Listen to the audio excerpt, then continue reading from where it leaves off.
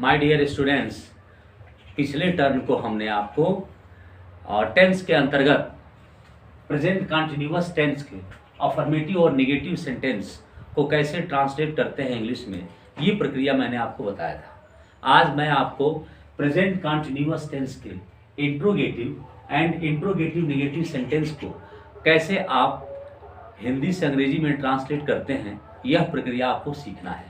आप अच्छी तरह से जानते हैं कि प्रेजेंट कंटिन्यूअस टेंस के वाक्य की पहचान क्या है।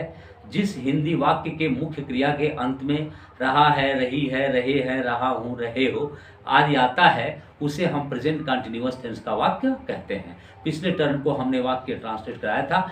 आज मैं आपको बताने जा रहा हूँ इंट्रोगेटिव और इंट्रोगेटिव नेगेटिव सेंटेंस। आप अच्छी तरह से जानते हैं कि इंट्रोगेटिव सेंटेंस का निर्माण दो तरह से होता है और इंट्रोगेटिव नेगेटिव सेंटेंस का निर्माण भी दो तरह से होता है। एक तो इंट्रोगेटिव सेंटेंस हिंदी में क्या से आरंभ होता है, जब उसको ट्रांसलेट करते हैं तो उसका ट्रांसलेशन ऑक्सिलरी वर्ब या हेल्पिंग वर्ब से आरंभ होता है। और एक इंट्रोगेटिव सेंटेंस वो होता है जो बीच में आता है इंट्रोगेटिव वर्ड के माध्यम से, जैसे क्यों है, कब है, कहाँ है, कैसे है, कौन है, कितना है, कितने हैं, ये सब आता है तो निश्चित रूप से वह इंट्रोगेटिव सेंटेंस बनता है। और इंट्रोगेटिव नेगेटिव में क्या होता है, इंट्रोगेटिव वर्ड भी होता है और नेगेटिव वर्ड भी होता है। तो आइए हम इसको बनाते हैं। सबसे पहले हम उन वाक्यों को लिखेंगे जो प्रेजेंट कंटिन्यूअस टेंस के वाक्य होते हैं। जैसे मान लीजिए दिया है, क्या मैं अपनी कार चला रहा हूं। दूसरा वाक्य है, वह एक मधुर गीत क्यों नहीं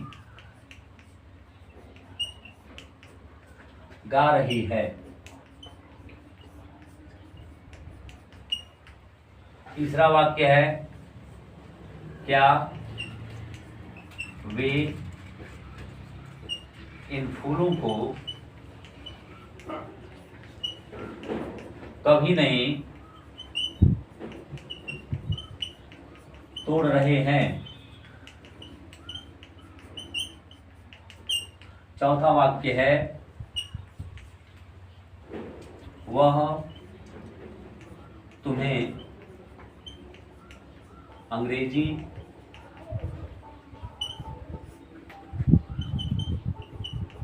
कब नहीं पढ़ा रहा है। पांचवा, क्या मैं अपना काम कभी नहीं पूरा कर रहा हूं।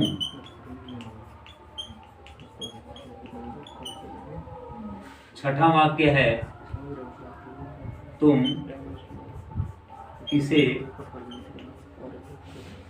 धोखा दे रहे हो।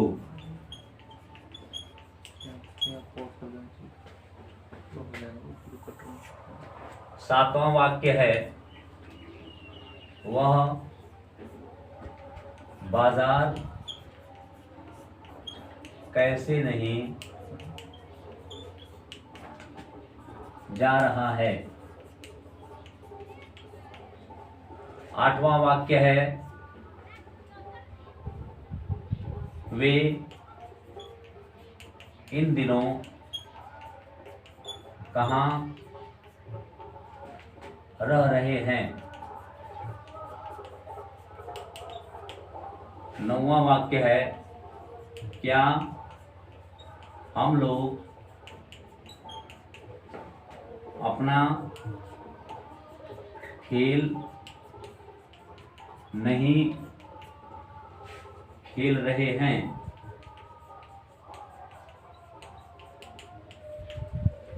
10वां वाक्य है, कौन उसका पीछा कर रहा है। ये 10 वाक्य आपके सामने मैंने लिखे हैं और इसे ट्रांसलेट करना है। इसका रूल ऑफ ट्रांसलेशन यानी अनुवाद का नियम क्या होगा। रूल ऑफ ट्रांसलेशन, अनुवाद का नियम क्या होगा। तो देखिए, इन वाक्यों को ट्रांसलेट करने के लिए सबसे पहले हम क्या करते हैं कि अगर बीच में इंट्रोगेटिव वर्ड आया है किसी वाक्य के, तो उसको सबसे पहले लिखते हैं इंट्रोगेटिव वर्ड। अब उसके बाद helping verb is am are plus subject plus not oblique never plus verb plus ing plus object plus sign of interrogation. इसका मतलब यह है कि अगर बीच में, वाक्य के बीच में जैसे क्यों आया है, कब आया है, किसे आया है, कैसे आया है, कहाँ आया है, तो इनकी अंग्रेजी सबसे पहले हम लिखते हैं। अब उसके बाद से इज एम आर, आपको मैंने बताया है कि आई के साथ एम, ही सी इट तथा अन्य सभी एक वचनकर्ता के साथ इज, यू वी दे और जितने बहुवचनकर्ता होते हैं उनके साथ आर का प्रयोग करते हैं। लेकिन यदि वाक्य क्या से आरंभ हो तो हम इज एम आर का प्रयोग पहले करते हैं, उसके बाद से सब्जेक्ट लिखते हैं, फिर होता है नॉट या नेवर, इन दोनों में से जिसका प्रयोग करना वो करते हैं, फिर वर्ब में ing plus object plus sign of interrogation. आइए इसे हम हल करते हैं। कैसे बनाएंगे, क्या से है तो इज एम आर रखना पड़ेगा। आप जानते हैं कर्ता हमारा मैं है, मैं का अंग्रेजी होता है आई, आई के साथ क्या लगता है एम, तो लिखेंगे एम, तब सब्जेक्ट लिखेंगे आई, अब उसके बाद से नॉट नेवर है नहीं, वर्ब में आईएनजी, तो वर्ब क्या है कार चलाना, चलाना का अंग्रेजी होता है ड्राइव, और ड्राइव में आप आईएनजी जोड़ेंगे तो हो जाएगा ड्राइविंग। अपनी कार, आई के साथ अपनी का अंग्रेजी क्या हो जाएगा माई, और उसके बाद से क्या होगा कार, और फिर हो जाएगा साइन ऑफ इंट्रोगेशन। ये हुआ am I driving my car.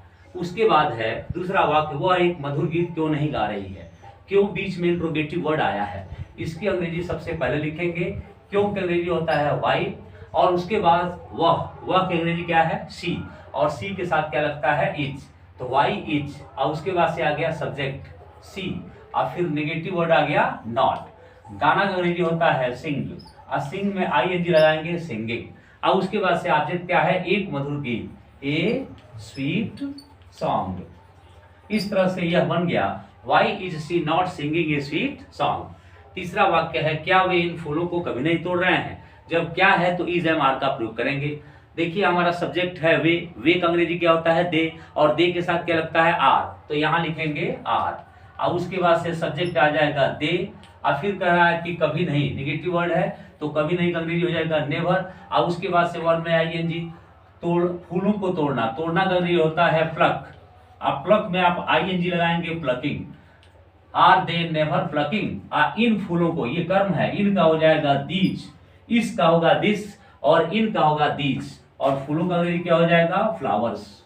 इसके बाद चौथा वाक्य है, वह तुम्हें अंग्रेजी कब नहीं पढ़ा रहा है, कब का अंग्रेजी होता है व्हेन, और उसके बाद से कर्ता आपका है वह के अंग्रेजी होता है ही, और उसके बाद से यहाँ लग जाएगा helping verb is, when is he, अब फिर देखिए नेगेटिव वर्ड नॉट आया है, नहीं तो नहीं हो गया उसका नॉट, और उसके बाद से पढ़ाना का अंग्रेजी होता है टीच, टीच में आप आईएनजी लिखेंगे टीचिंग, और उसके बाद तुम्हें कर्म है तो यू हो जाएगा, और ये इनडायरेक्ट ऑब्जेक्ट है, और यह अंग्रेजी डायरेक्ट ऑब्जेक्ट है, अंग्रेजी का अंग्रेजी हो जाएगा इंग्लिश, तो ये हो जाएगा when is he not teaching you English.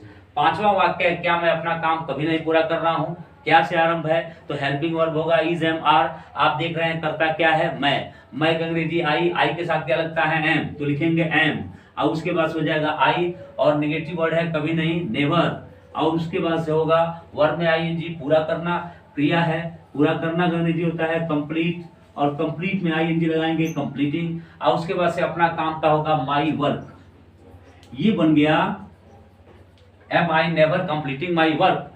तुम किसे धोखा दे रहे हो, किसे इंट्रोगेटिव वर्ड है, तो आप लिखेंगे किसे का अंग्रेजी होता है हूं, और उसके बाद से हम रखेंगे क्या इज एम आर, तो कर्ता इसमें क्या है? तुम ही धोखा देने का काम कर रहे हो, तो तुम का अंग्रेजी होता है यू, यू के साथ क्या लगता है? आर, तब लिखेंगे यू।